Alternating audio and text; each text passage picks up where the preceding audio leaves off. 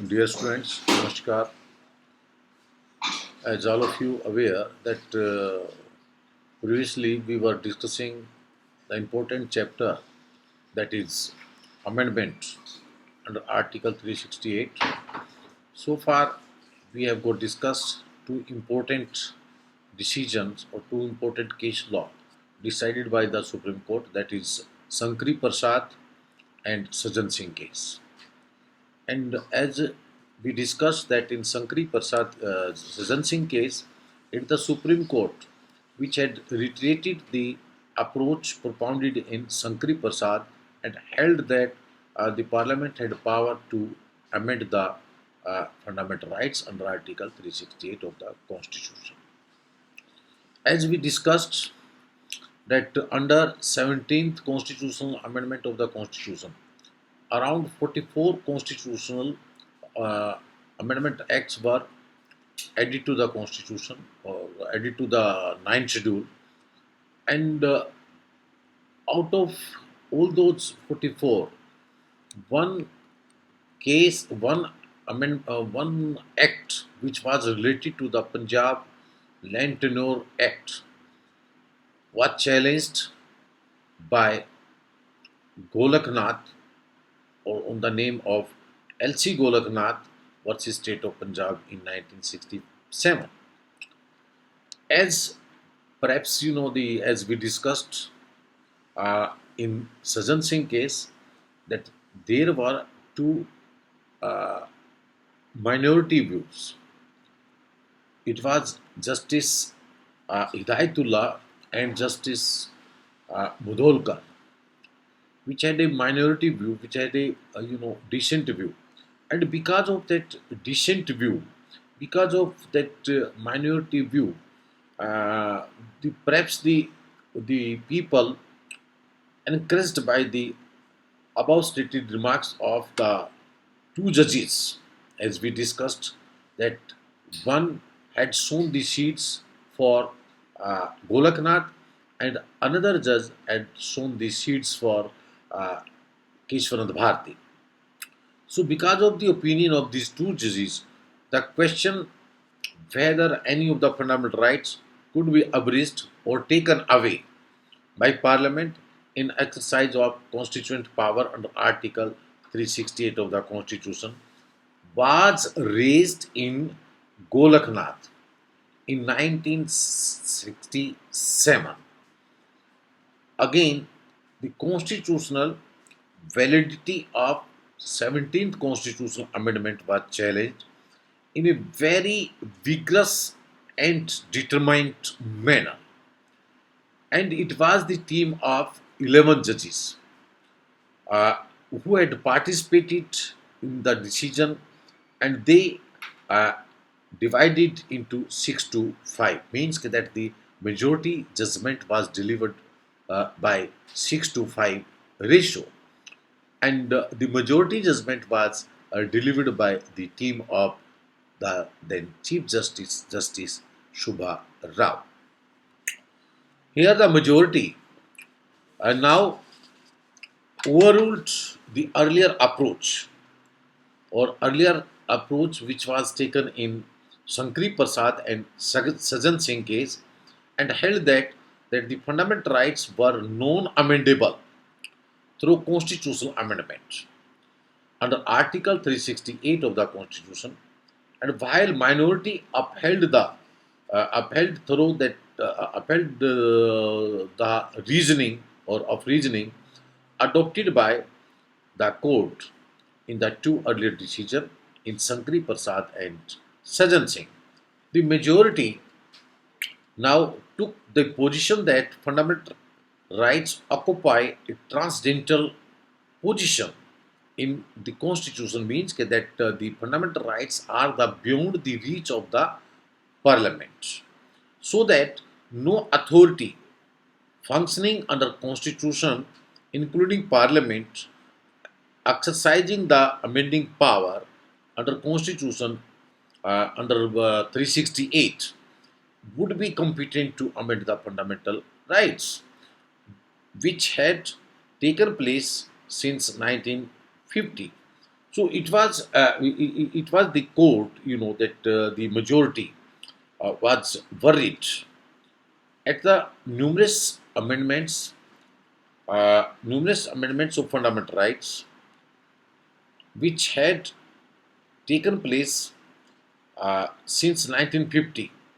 So it apprehended that if the courts were to hold that Parliament had power to take away or abridge fundamental rights, a time might come when these rights are completely eroded and India would gradually and too slightly pass under a totalitarianism, totalism regime. So this fear colored and conditioned the approach of the majority to the question of amendability of fundamental rights. So the uh, majority, the majority thus sought to make the fundamental rights inviolable by the constitutional amendment by ruling that Parliament could not, under Article 368, amend any fundamental right. Though it's the Chief Justice Subbarao speaking for the behalf of the himself and for other judges of the Supreme Court. Uh, he the equated that fundamental rights with natural rights, and characterized them as a primordial rights. Primordial rights means that all those are rights, the fundamental rights. Uh, uh, Primordial rights for the development of human personality. So he then raised the posture that when Parliament could not affect fundamental rights by enacting a bill in its ordinary process or in its ordinary legislative process, even unanimously, how could it abrogate or abridge fundamental rights with only a two-third majority?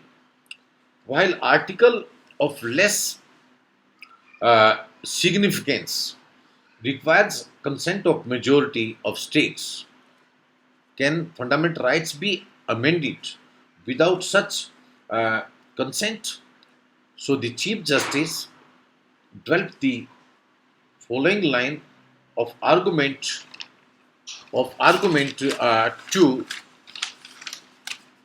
to reach the conclusion that fundamental rights could not be amended under Article 368 of the Constitution, as exceeded at the time. So laid down under the procedure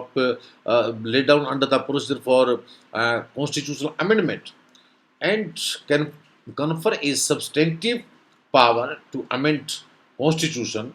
For this argument, the Chief Justice referred to the marginal heading of Article 368, that is, the procedure amend the constitution. He argued that under Article 368, the simply the simply heading of the Article 368 talks about that the procedure for amend the constitution. So the power to amend the constitution was to be found in residuary legislative power of parliament under Article 248 of the constitution, because such a power was not expressly conferred by any article or any legislative entry in the constitution. So accordingly, constitutional amendment would be a law for the purpose of Article 13 clause 2. The Supreme Court overruled the position adopted in Sankari Prasad and Sajan Singh, and it was now ruled that the term law in comprehensive sense would include constitutional law as well.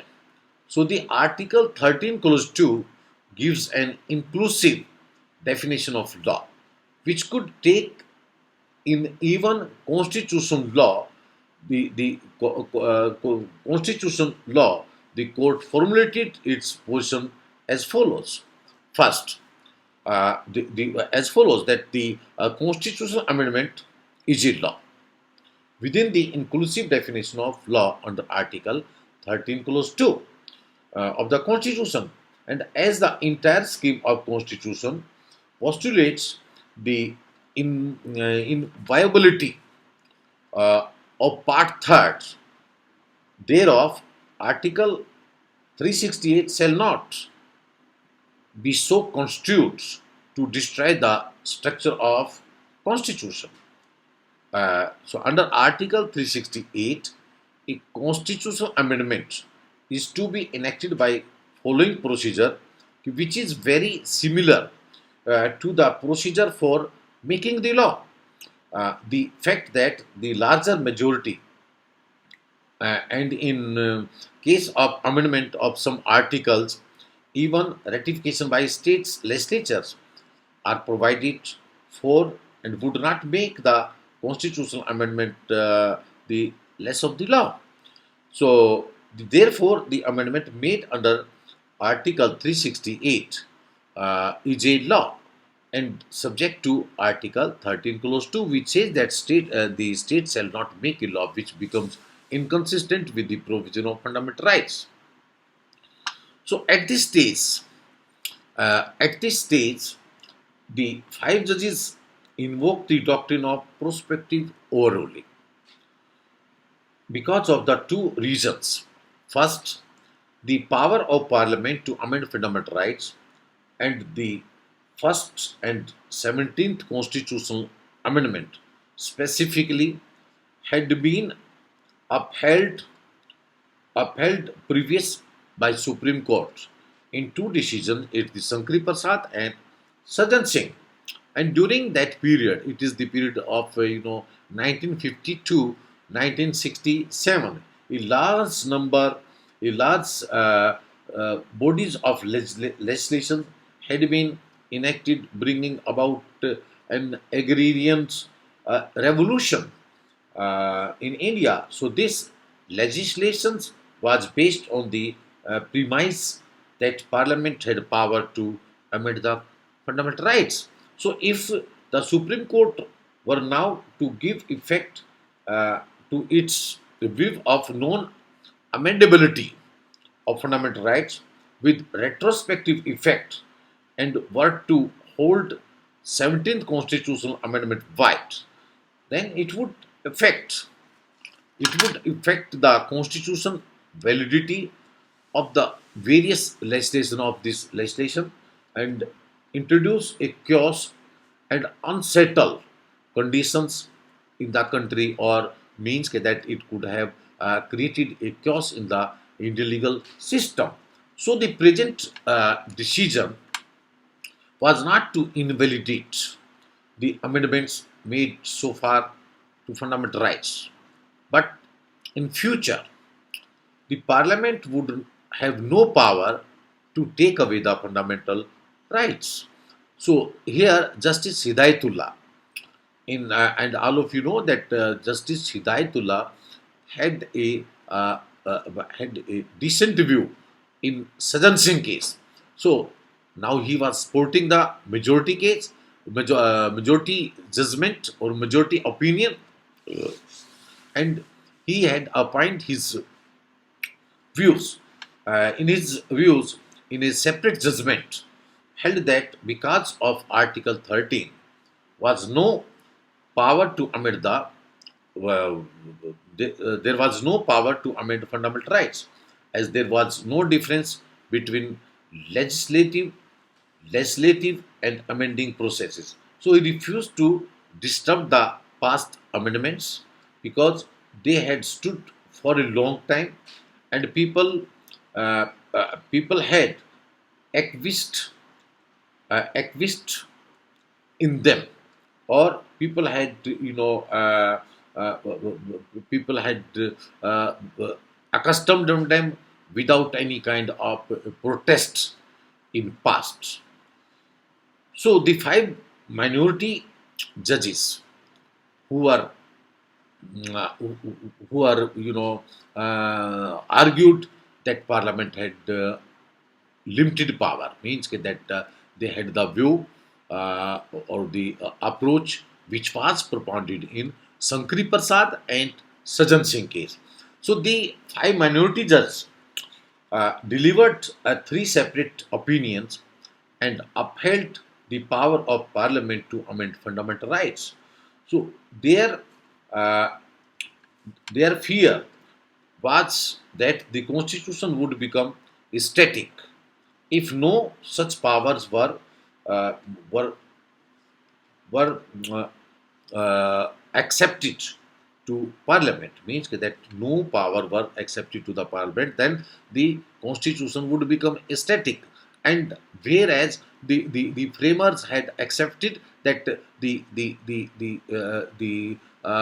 constitution would be remained a live constitution or a dynamic constitution or a organic constitution. So that's why they argued that Parliament had power to amend the fundamental rights. So the formulation or formalistic arguments adopted by these judges were as follows. First, Article 368 itself contains the power to amend the constitution, and such power is not to be found under Article 248, which confers only legislative power. So such power is not to, and that is true subject to the Constitution, because you know that under Article 348 we talk about the legislative power, and that is the legislative power retains to the residuary power. Residuary power means that those subject matter which has not been covered under list first, second, and third of the Constitution, those could be covered by those could be covered under residuary power, and the residuary power could be exercised by the Parliament under Article 248 of the Constitution. But they denied that it is not a constituent amending power, or it's not a constituent amending power, but it is a legislative power under Article 248. And the third, the Constitution being a fundamental law, no law passed under legislative power could affect a change in Constitution itself. An amendment, an amendment to Constitution, exercise of constituent power while passing of an ordinary law constituted an exercise of legislative power. Means that as and when we talk about the constitutional law, means a constitutional amendment that is to be happened under constituent power under Article 368, while ordinary law is to be passed under legislative uh, under ordinary law constituting an exercise of legislative power, and which is different from the constituent power or constituent amending power. So although the procedure laid down under Article 368 does very much correspond with the legislative process, means that there is a little bit uh, identical or similar procedure under Article 368 as well as under legislative power, as and when the legislative power are to be exercised by the Parliament. Yet the quality and the nature what is done under Article 368 is very much different from ordinary legislative or from ordinary legislation. So, what is to be done under Article 368 is amending the Constitution, not the not the passage of an ordinary law. Or and under Article 13, Clause 2, place no limitations, place no limitations on the amending power, and accordingly, any provision of the Constitution, even fundamental rights, could be amended under Article 368 of the Constitution. So law, the word law, the word law in Article 13 does not include constitutional amendment. So Article 368 does not use the word law at all. So it judiciously, or you can say that it is very deliberately and carefully avoids the use of the word law. So under Article 368, so these judges also refused to accept the doctrine of prospective overruling, as it was enunciated by the majority headed by Chief Justice Chief Justice Subbarao in his judgment. Now, the majority decision in the Golaknath raised an acute controversy in the country. One school of the thought, or one school of the jurisprudence, though appreciated the judgment, or appreciated the decision as vindication of the fundamental rights, while the other school criticized as a creating hindrances in the way of enactment of socio-economic legislations required to meet the needs of the developing society. Means that as all of you know, once we had started to discuss the introduction of amendment, then we discussed that what were the reasons, what are the compelling reasons that we had need to introduce the chapter of amendment. It was for the sake of reasons that for the sake of meeting out the changing scenario of the society, for the emerging needs of the society, there has to be the constituent amending power in the heads of parliament. So the Golaknath decision uh, throw a great responsibility on the shoulders of the courts, because if the fundamental rights were to be unamendable in formal manner, then it would be for the courts to interpret the relevant constitutional provisions as to cause minimum hindrances in the way of enactment of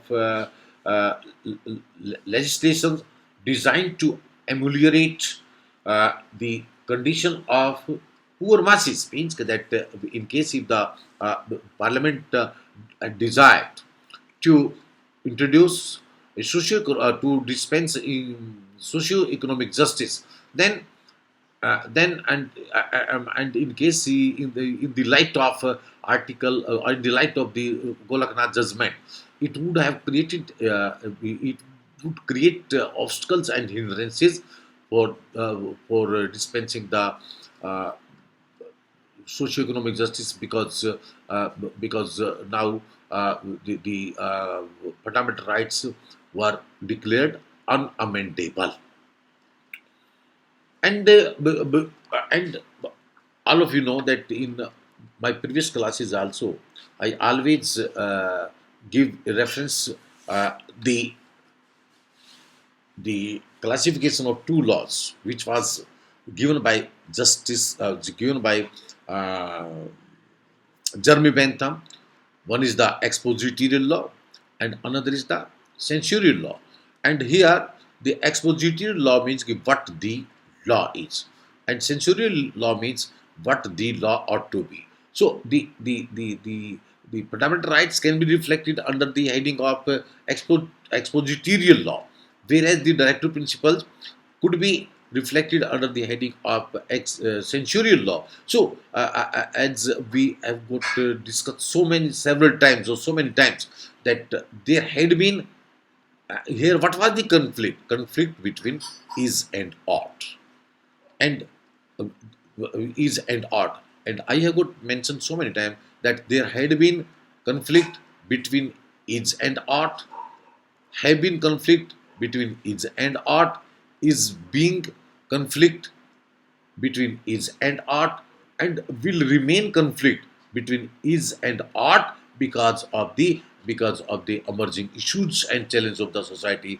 because of the changing scenery of the society. So because it's the law which has to keep the pace with the growth of the society, with the changing scenario of the society. So that's why the Supreme Court had a great responsibility, that in case if the Parliament had no power to amend the fundamental rights, then it's the courts which had to uh, remove all those causes, all those hindrances in the way of enactment of legislation assigned to ameliorate the condition of the poor masses.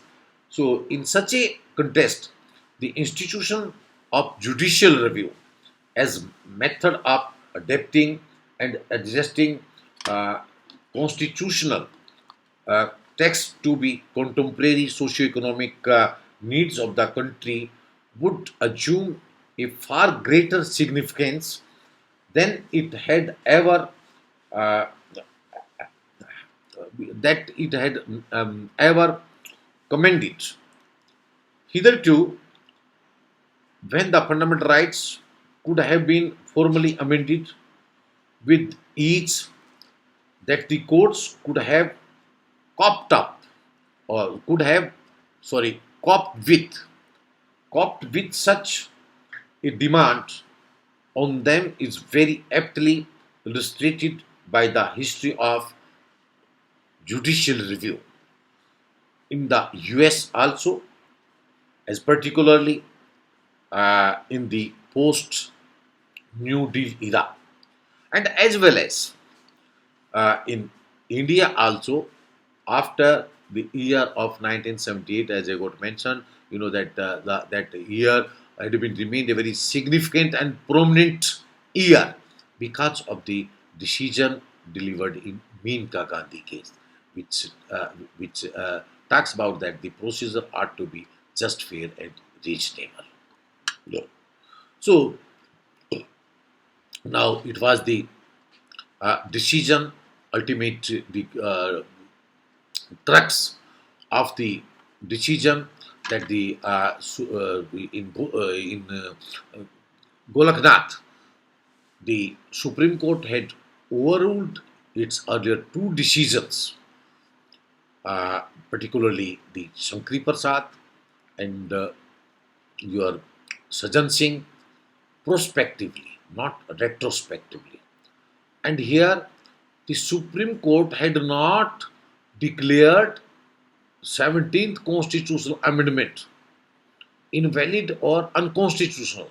But the Supreme Court, because as I got mentioned, had the Supreme Court declared the 17th constitutional amendment, even the first constitutional amendment, fourth constitutional, then it could have created a lot of chaos in the Indian legal system.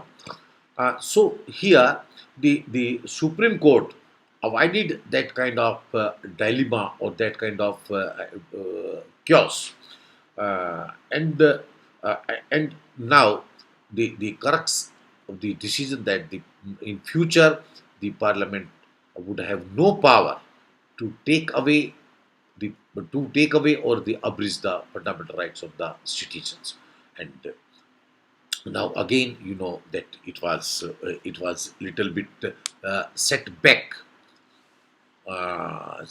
for the rule, for the government, because the government, since the regime of as we discussed, since the regime of Pandit Nehru, uh, the government was anxious to introduce uh, to introduce to such kind of laws which could become the tools for the dispensation of socio-economic justice. So now, after the decision of Golaknath, uh, for the purpose of neutralizing the effect of Golaknath, It was one MP, Member of Parliament, Mr. Nath Pai, introduced a private member bill in the Lok Sabha on April 7th, 1967, for amending Article 368 so as to make it explicit that any constitutional provision could be amended by the following the procedure under Article 368. So the proposed bill was justified as an assertion of supremacy of the parliament, while principle implied the right and authority of parliament to amend even fundamental rights. But the Nath's Pi bill could not get success as it was criticized as an affront to the dignity of Supreme Court and as placing the fundamental rights at the mercy of transient majority of parliament. So there were the falling. There were the uh, feeling also. There were feeling that the bill, when enacted, would itself subject to challenge in the court and could be declared unconstitutional. So what happened in 1971, that there was a midterm poll, or there was midterm poll in the country, and the Congress party was returned with a huge majority in Lok Sabha, and the party was placed in position of undoing the effect of Golaknath case or Golaknath. Accordingly, you know that it was because the parliament had got a lot of pricked and aggrieved, and now because of the comfortable majority scored in Lok Sabha in the election of 1971, now the government was in position to undone the effect or consequences of Golaknath decision. So accordingly, in 1971, the Parliament enacted 24th Constitutional Amendment and introduced a certain modification in Article 368 as well as Article 13 of the Constitution to nullify the ruling of Golaknath judgments. So the majority judgments, all of you know, the majority judgments in Golaknath held that the word law in Article 13 included a constitutional amendment as well, and therefore the fundamental right could not be curtailed or diluted, but diluted the effect of diluted, and the following changes were made in Article 13 and 368 to nullify the effect of decision of Golaknath. The first change, it was clarified that Article 13 would not stand in the way in, would not stand in the way of constitutional amendment made under Article 368 of the Constitution, and it was achieved by adding a clause to Article 13 and declaring that Article 13 shall not apply to any constitutional amendment made under Article 368 of the Constitution. Second change, as a matter of abundant caution, a clause was added to Article 368 declaring that Article 13 shall not apply to any constitutional amendment. And third change, uh, the marginal heading or marginal note because you know that the Parliament, the sorry, Supreme Court was asking the Parliament that you are beating the drums of constituent amending power. You had no power. You had no power under Article 368, which simply makes the provision for procedure for amendment of the Constitution. So now, for the purpose of overcoming that difficulty, now the Parliament amended Article 368, and the marginal note or heading to Article 368 was changed from procedure for amendment of constitution to power of parliament to amend the constitution and procedure therefore. So again this difficulty was overcome. So next change, a clause was added to Article 368 saying that notwithstanding anything in constitution, Parliament may exercise of its constituent power or constituent amending power to amend the constitution by the way of addition, variation, or repeal any provision of constitution in accordance with the procedure laid down under Article 368 of the Constitution.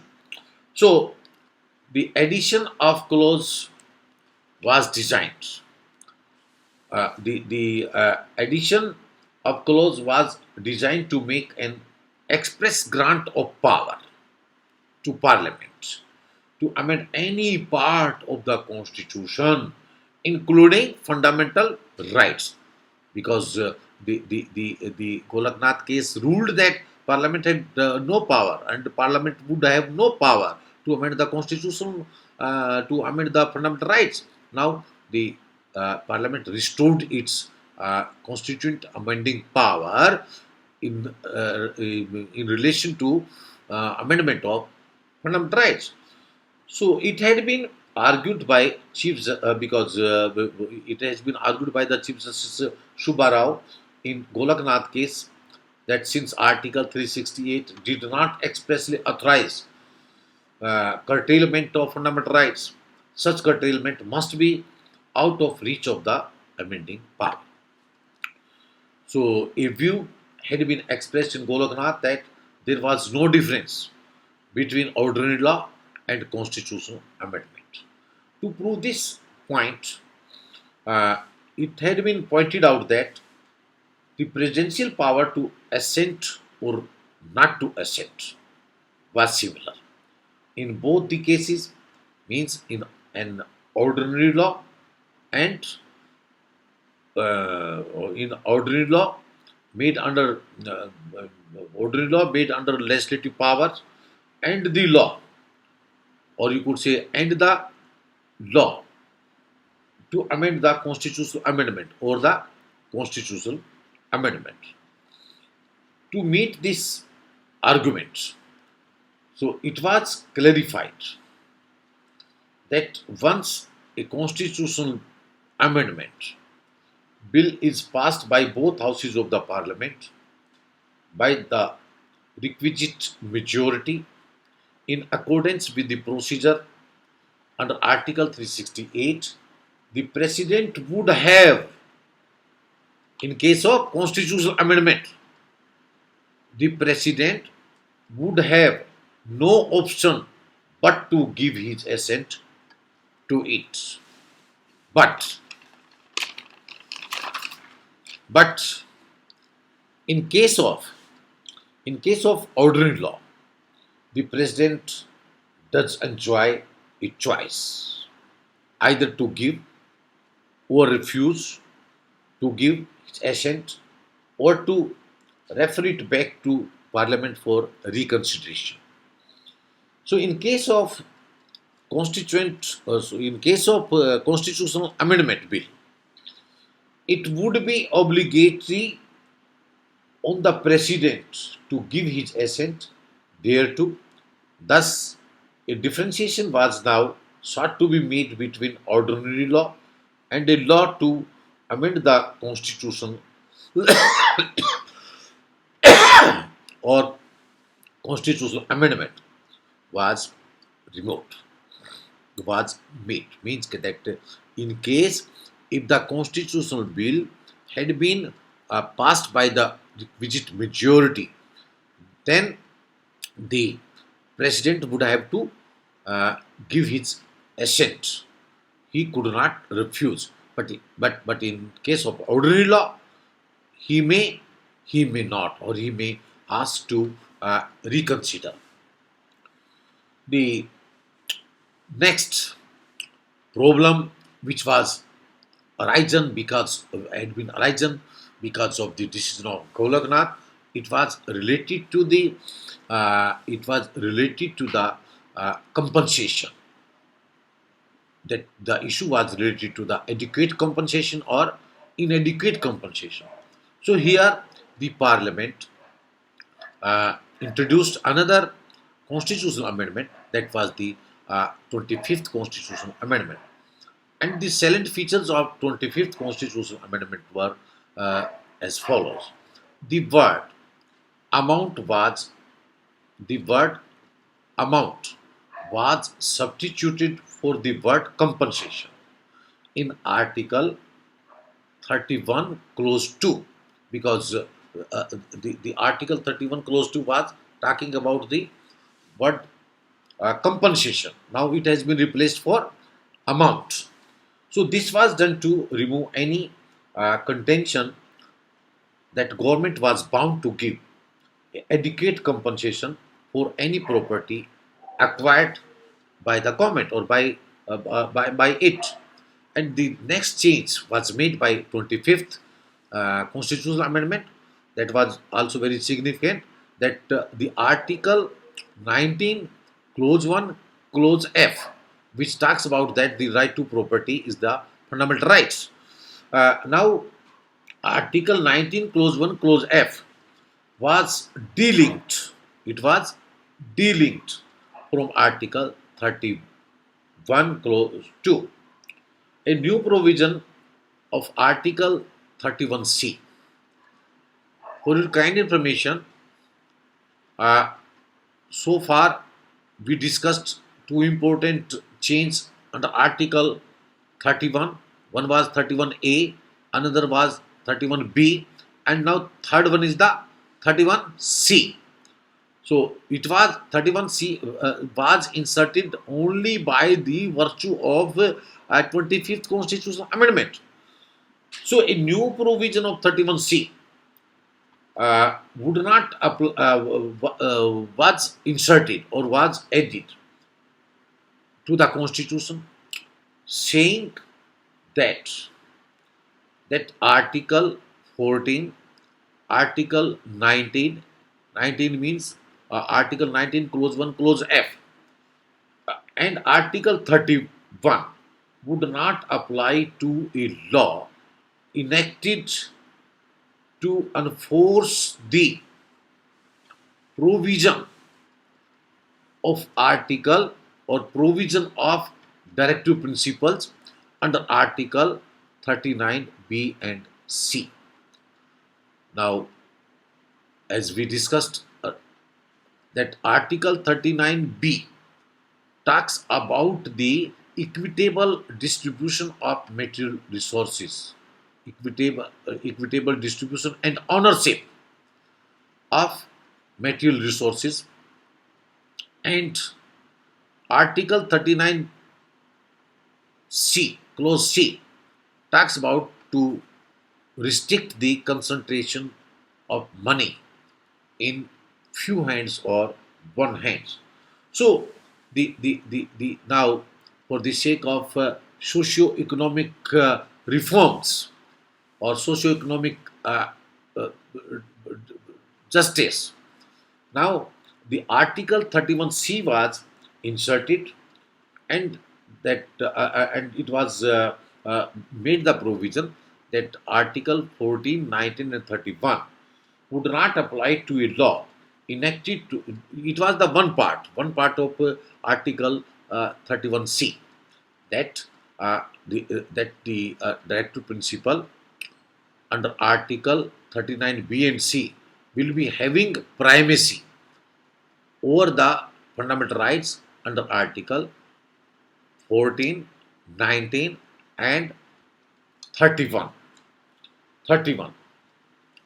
So that and the second part of Article 31C, that a declaration in the in the law that it was enacted to give effect to the directive principle under Article 39B and C would immunize the law from such a challenge in the court. Means that in case if any law related to Article 39B and C, which will be having primacy or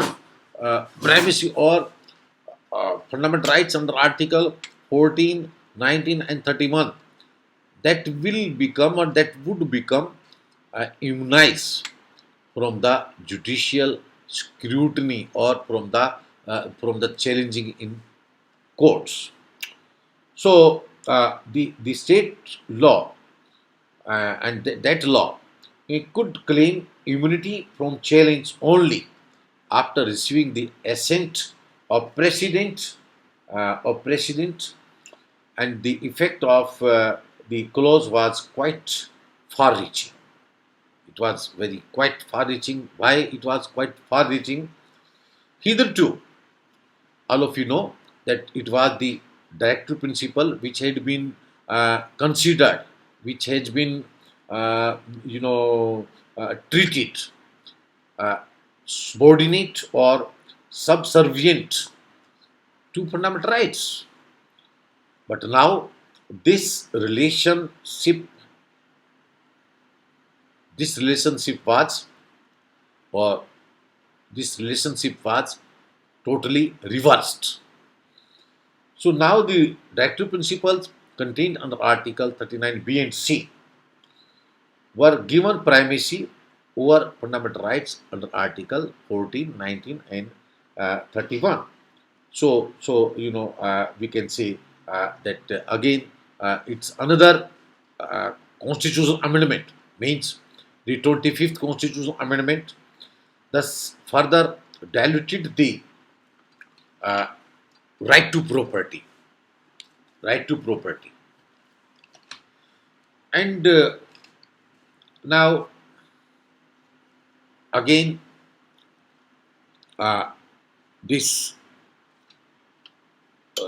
again, in case if we evaluate the 24th constitutional amendment and 25th constitutional amendment, so we could say that not only the parliament had restored its constituent amending powers, but also made it more strong as compared to earlier. Because as we discussed that under 24th constitutional amendment, the provision was made that the parliament could amend every provision of the constitution, could amend, could vary, could add, could modify, could repeal any provision of the constitution, and it was the obligatory duty of the president to give assent thereto. So again there was uh, there was hue and cry amongst the citizens, particularly those citizens who were enjoying the right to property and who had the huge land, and it's the various as we discussed uh, uh, by the 17th constitutional amendment, around 44 uh, acts were added to the ninth schedule, and which had become immunized from the judicial review.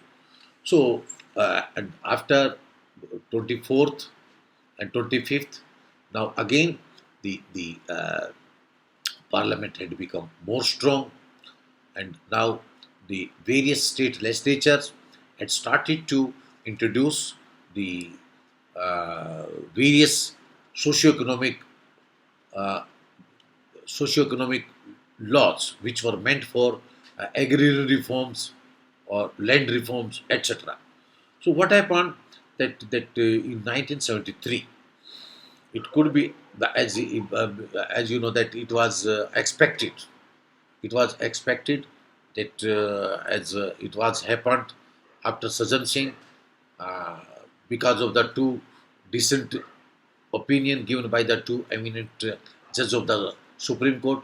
So after 24th and 25th constitutional amendment, it was totally expected that these two constitutional amendment would be challenged in future. So uh, it happened as it was expected.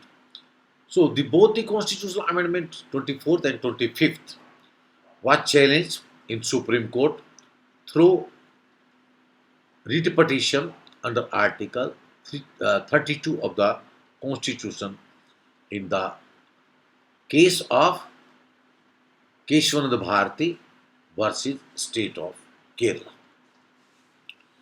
And the writ petition was filed by Swami Keshwananda Bharati, who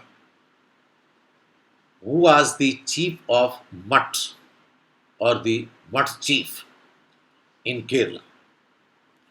The matter was heard by a bench of 13 judges because, as all of you aware, that the decision of Golaknath was delivered by the bench of 11 judges. So, for the purpose of overruling the judgment or the purpose of upholding the judgment of Golaknath, it was required to constitute a larger bench. And the in the out of the 13 judges, the majority judges was the majority opinion was uh, appointed by Chief Justice Sikri, Justice Hegde, Justice Mukherjee, Justice Salet, Justice Grover, Justice Reddy, and Justice H.R. Khanna. Whereas the minority opinion was that was to be given by Justice Ray, Justice Palkar, Justice Matthew, Justice Beg, Justice Divedi, and Justice Chandrachud. The majority decision was delivered by 7 to 6, and we will discuss how that decision or majority decision was propounded, how it was made by the Supreme Court. So here uh, the wide ranging arguments were advanced before the Supreme Court over a 65 days, both for and against, means both the petitioner as well as by the government, for both and against the validity of constitutional amendments. 11 opinions were delivered by the judges on 24th April 1973. Here, the Supreme Court now held that the power to amend the Constitution is to be found under Article 368 itself. So, it was emphasized that the provision relating to the constitutional amendment are some of the most important feature of any modern constitution. Here, Justice Hegde and Justice Mukherjee found it difficult to believe the constitution maker had left the important power to amend the constitution hidden in parliament, hiddenly in parliament's res judi power. They could not believe. And on this point, therefore, the views the expressed in the Sankri Prasad and Sajan Singh were endorsed, and the view expressed in Golaknath that the power to amend the constitution was not to be found in Article 368 was overruled. Further, uh, further, the court recognized that there is a distinction between ordinary law and constitutional law. Here, Justice Hegde and Justice Mukherjee stated that this connection, stated in this connection, an examination of various postulates of the constitution or for constitution shows that it has made a distinction between the constitutional law and the laws. It was asserted that constitution maker did not use the expression law in Article 13 as including constitutional law, and it would mean that Article 368 confers power to abridge fundamental rights over other part of constitution. So to this contest, therefore Golaknath was now overruled. The Keshwananda did not, uh, the Keshwananda Bharati decision did not accept or did not concede unlimited powers, unlimited uh, constituent amending power of the parliament or to the parliament under Article 368 of the Constitution. The amendment power now subjected to one very significant qualification. What was that significant qualification? That amending power cannot be exercised. Amending power cannot be exercised in such a manner as to destroy or emasculate the basic or fundamental features of the constitution. Means कि a constitutional amendment which offends the fundamental or basic features of the constitution is to be declared and would be declared ultra virus. Means that here it was the indication of the Supreme Court that although Parliament could enjoy the constituent amending power, but in limited manner, not in unlimited manner.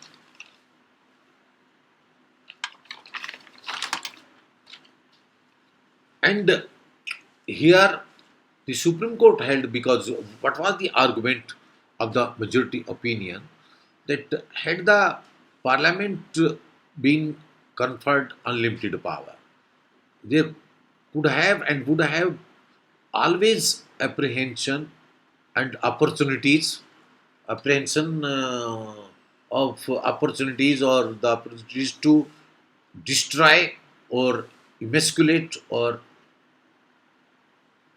uh, abrogate the fundamental and basic feature of the constitution. Now question arises, what are the fundamental and basic features of the constitution, and that means what features could be the fundamental and basic features of the constitution. And some of the features which were considered by the court as fundamental and basic features and which were to be considered non-amendable, non-amendable even by exercising the constituent amending power. What are all of those? That first, it may be, and it is supremacy of the constitution, because nobody is above the constitution. The either it's the legislature or the judicial executive or the judiciary, means that all of us have to respect the constitution. Then second, the republic and democracy form of government, means that the features of democratic form of government cannot be destroyed by the amendment or constitutional amendment. Then third, the secular character of the constitution, because the secular character of the constitution is also restored in the constitution for the purpose of maintaining harmony, peace, and tranquility in the society.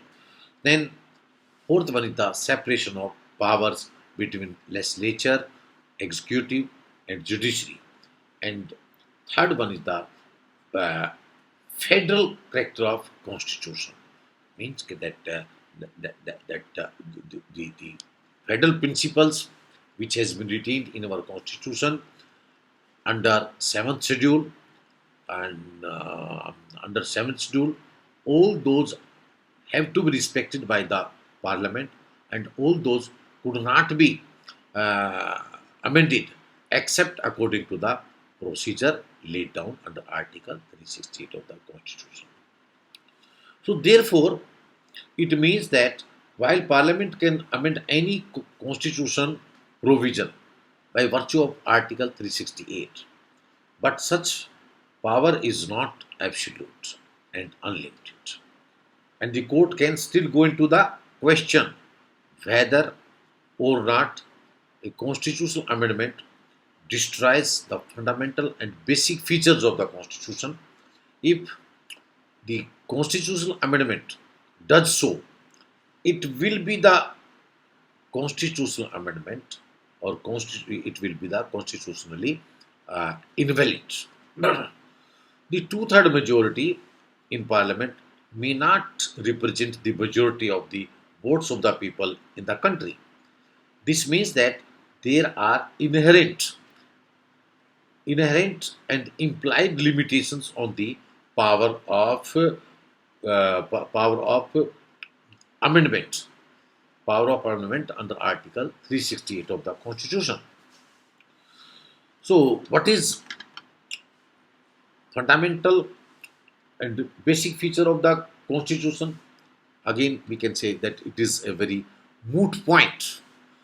Moot point, and so that's why the Supreme Court held that the list given above is not final and exhaustive of such features, because it is for the courts to decide as and when a question arises before the courts whether a particular amendment affects the fundamental and basic feature of the constitution or not. So the question of basic structure or the fundamental feature has to be considered has to be considered in each case in the context of concrete problem, or in the context of emerging conditions and circumstances of the society. So the Keswanand ruling can be regarded as an improvement over the formulation in Golaknath in at least two significant uh, respects. First, it has been stated earlier that there are several other parts of constitution which are as important, if not more, as fundamental rights. But Golaknath formulation only confined itself to the fundamental rights and did not cover these parts. So this gap has been filled up by the Keshwanand Bharati case, by the Keshwanand Bharati decision, by holding that all fundamental and basic features of constitution are non-amendable, all. But in Keshwanand Bharati, the decision was confined, or the decision was confined to the fundamental rights. And in Keshwanand Bharati, the Supreme Court held that fundamental rights are to be a fundamental. Fundamental rights are to be a fundamental. So that's why they are beyond the reach of Parliament, and they were beyond the reach of Parliament. And in Golaknath, made all fundamental rights non-amendable. This was too rigid a formulation. Now the Keshwanand Bharati introduces some flexibility in this respect. Not all fundamental rights en bloc, not all fundamental rights en bloc are now to be regarded as non-amendable, but only such of them as may be characterized as constituting again fundamental and basic features of the constitution. So according to Keshwananda, even a fundamental rights can be amended or altered, provided the basic structure of the constitution is not damaged in any way.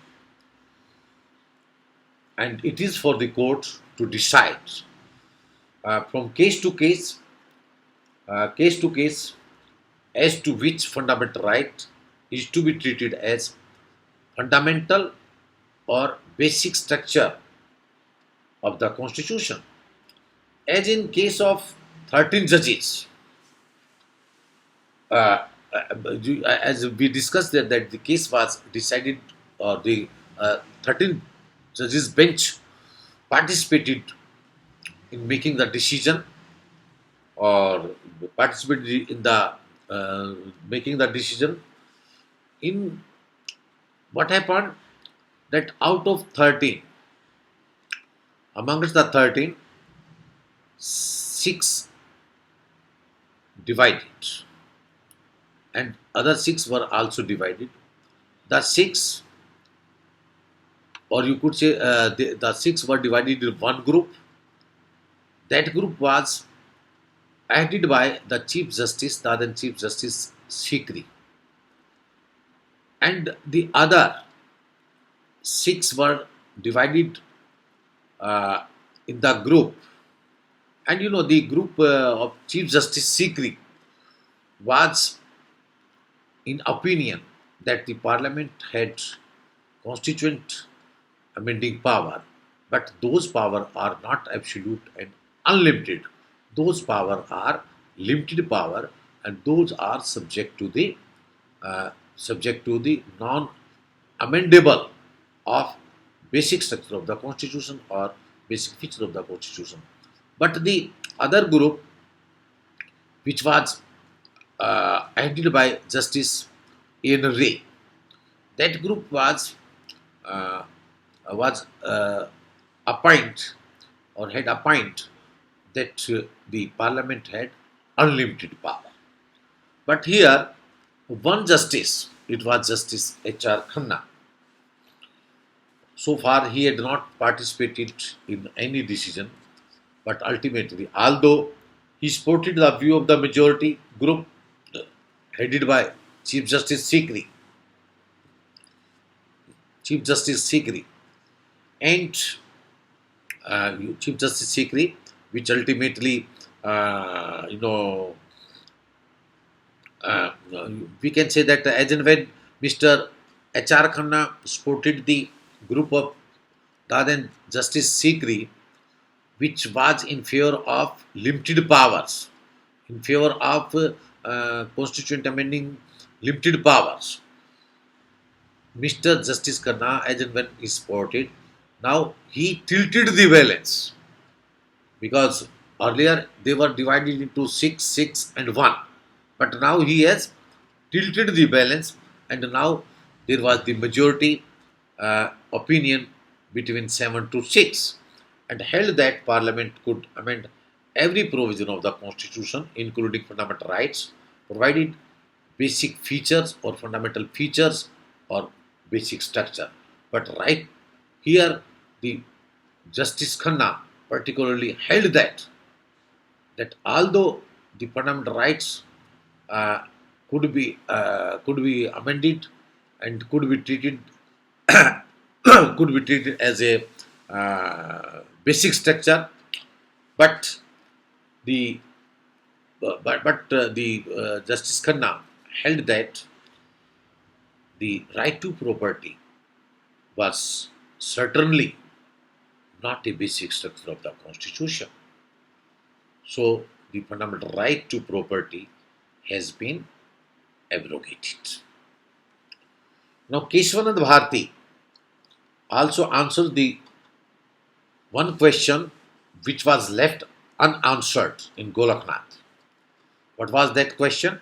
That can Parliament under Article 368 rewrite the Constitution and in bring bring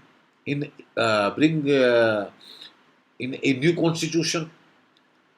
Answer to that question is that Parliament can only do that which does not which does not modify, which does not amend the fundamental feature or basic structure of the Constitution and not go beyond that. Means that as the crux of the decision that Parliament had power to amend any provision of Constitution provided basic structure of the Constitution. So the entire, we can say the entire 24th Constitutional Amendment was held valid from one point of view, and overruling of Golaknath restored status quo ante, making the amendment necessary and restoring the provision of amending the fundamental rights to the constituent body. Now, as some judges pointed out, that 24th Constitutional Amendment made explicit what was already implicit in the unamended Article 368 of the Constitution. And as regard the now the as regard to the another important constitutional amendment, it was 25th Constitutional Amendment, that it was upheld subject to the following qualifications. First qualification, that although as all of you know that the word amount was substituted for the word compensation. So what was the comment? What was the decision related to the uh, in contest to the word uh, amount? So the although the amount was uh, not the same, although the word amount is not the same as the compensation, and while courts could not go into the question of adequacy of the amount payable for property acquired, yet the amount could not be illusory or arbitrary one. The amount need not to be market value of the property acquired, but it should still have some reasonable nexus, should have some reasonable relationship between the value of the property in question. So, thus, a limited judicial review of amount payable for property acquired still possible. Means that there was the possibility for a judicial review in case of any question related to the amount payable to the property acquired by the government. Now, the next, the features which was related to that there was that article 19 clause 1 clause F was delinked from Article 31, from Article 31A, from Article 31 2. So here, the non-application of Article 19 clause 1 clause F to a law enacted under uh, to, uh, to a law enacted uh, under Article 31 clause 2 was was upheld to be constitutional valid. So it restored the status quo ante before Golaknath, when Supreme Court uh, had regarded Article 32, Article 31, Clause 2, and Article 19, Clause 1, Article 19, Clause 1, Clause F as mutually exclusive before, because they restored the provision before the Golaknath case, Golaknath decision, that they were to be considered uh, mutually exclusive, so they will remain mutually exclusive. Now the uh, now comes to the Article 31C. As we discussed, that Article 31C had contained two parts. The first part of Article 31 Clause C, that the law enacted related to the law enacted related to Article 39B and C would have primacy over fundamental rights under under Article 14, 19, and 31 was upheld by the Supreme Court. But the second part, the second part of Article 31C, that law enacted under Article 39B and C may not be challenged under Article 14, 19, and 31. Nevertheless, the courts shall have power to go into the question whether impugned law does in fact achieve the objectives inherent in Article 39, Clause B and C or not. Means that in case if the law is not going to achieve any purpose, any objective which was expected to achieve, then the court may go into this question whether it is going to be achieved or not.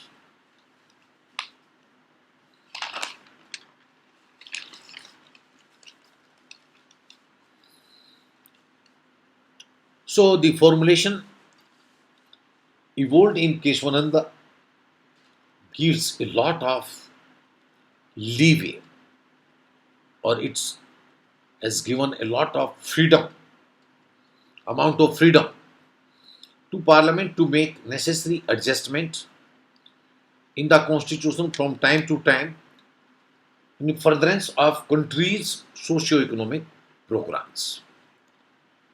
So the restrictions on Parliament that it should not damage fundamental and basic features of the Constitution is more notional than real, because no Parliament would seek to do so or would try to do so, and the courts will have enough, because the courts will have enough skill and careful ability to decide whether fundamental and basic features of the Constitution has been abrogated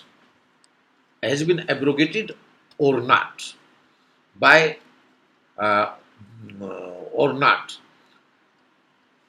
by a particular constitutional amendments. So it is the court, they will be vigilant whether the fundamental feature or basic feature has been abrogated or not. So, in case if it is going to be abrogated, then the court could declare or may declare declare it as unconstitutional. So, the two phrases, fundamental features and abrogation, are quite vague, furnishing a good deal of scope of interpretation to the courts. Because you know that as and when in Keshwanand Bharati, this basic structure, theory of basic structure was evolved, it was criticized that it is very difficult to decide what are the fundamental features and what are not the fundamental feature. So the theory of basic structures amounts to be a vague theory. So here it was commented that that even the fundamental features and abrogations, because abrogations are quite vague features, because whether the particular is the fundamental feature and whether it has been abrogated or not abrogated. So now it gives a it gives a good opportunity or good scope of interpretation to the courts. So now the courts will decide whether the fundamental features or basic features has been abrogated or not abrogated. So hereby upholding the first part of uh, 31C, legislature